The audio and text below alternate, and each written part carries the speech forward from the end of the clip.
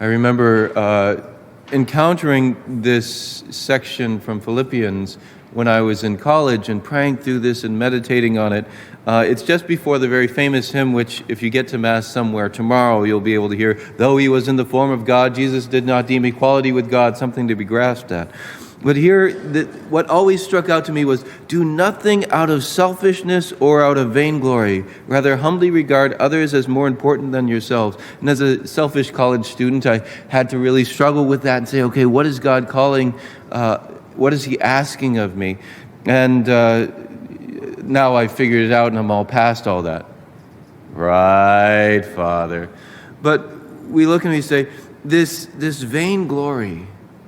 You know, we have what? These things that we go after instead of Almighty God: honor, power, pleasure, and wealth. These four things, honor, power, and pleasure, and wealth, they can become gods to us. And this vainglory where we're seeking to be seen, to be known, to be acclaimed for the things that we do, and it's all vanity. Vanity of vanities, says Koheleth. It leaves us empty. Why? Well, I was at a conference this past summer, and one of the conference speakers was speaking about how he very often was seeking validation. None of you have ever experienced this before, I'm sure, but where you're seeking validation from other people. And he learned, and this was news to me, that validation comes, the root of that is strength. That we're looking for strength. The problem is, when I, as a weak, frail human being, am looking for strength from some other weak, frail human being, you don't have the strength to give me. And any validation that you may give will be not the validation I'm seeking. To seek validation is a good thing, but to seek it from the one who can give us that strength, Almighty God. To seek it from the one who is strong enough to bear it.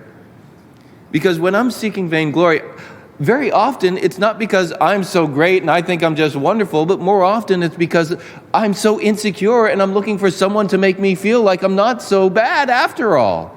And then when, for instance, George says, oh, you're a great guy, Father Vaughn, I think, yeah, but George, you don't really know me. If only you knew this or that about me, then you would know, and then, but I'm still seeking George's validation because he's such a great guy after all. But what is it that instead of seeking it from Almighty God, we seek it from other people and they can't give it?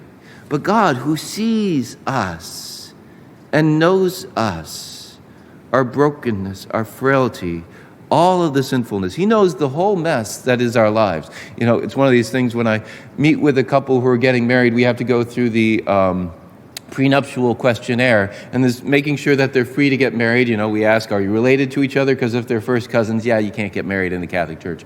But one of the things on there is, it talks about, is there anything that your future spouse doesn't know about you that, if known, might change your relationship? And it goes through a whole bunch of different things like addictions and OCD, PTSD, and other stuff like that.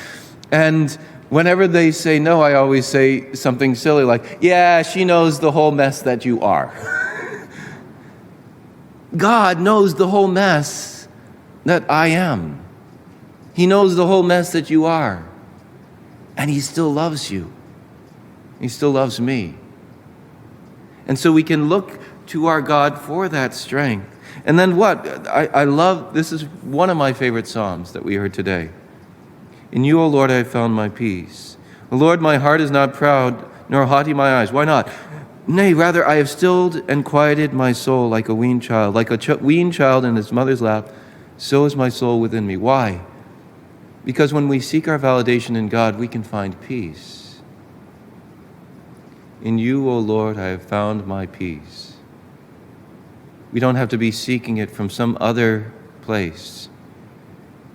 We don't have to be trying to overcome our brokenness, but recognize he loves me even in this brokenness. And he is the one who will help me to overcome it. I think about St. Charles Borromeo, our great feast day today, right? In our parish, which is why we got to do a Gloria. Ain't that exciting? That St. Charles Borromeo, God bless him, his uncle became the Pope.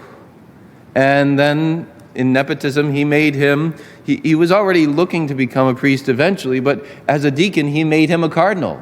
And then he convinced his uncle, the Pope, to start up the Council of Trent again because it had started and stopped and started and stopped. And finally, for the last council, and then the Pope made him in charge of that last part of the Council of Trent. And then after that, if I'm getting my facts correct, I may get a little bit confused, but after that, he made him the cardinal, he made him a bishop and made him the cardinal bishop of Milan, the largest diocese in the world at that point. And he was in his early 20s. Can you believe that?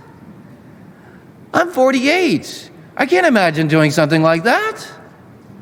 And he was in his early 20s. But he wasn't seeking out people's validation. He wasn't seeking out riches or anything like that. The church needed a lot of reforms back then, and he reformed the Church of Milan first by his own example, not seeking out power, honor, pleasure, wealth, but living humbly. When there was a plague that came in and all the town administrators left, he was the one who brought the church and said, "We will take care of the sick."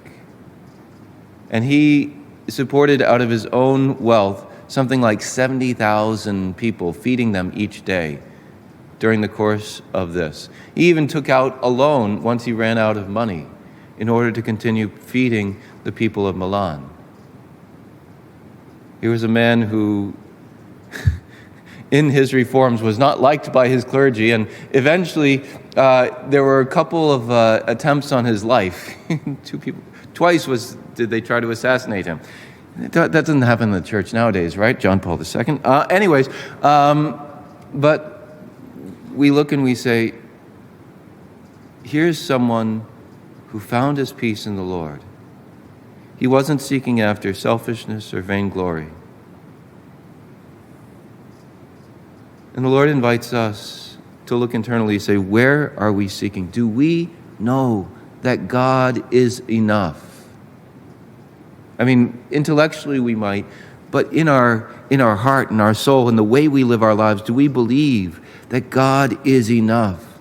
That He is our validation, our strength? That we don't need to be seeking vainglory from other people, rather to be seeking it from Almighty God, for He is enough. And then, when we find it in Him, then our soul will be at peace because we'll be able to just rest in His arms.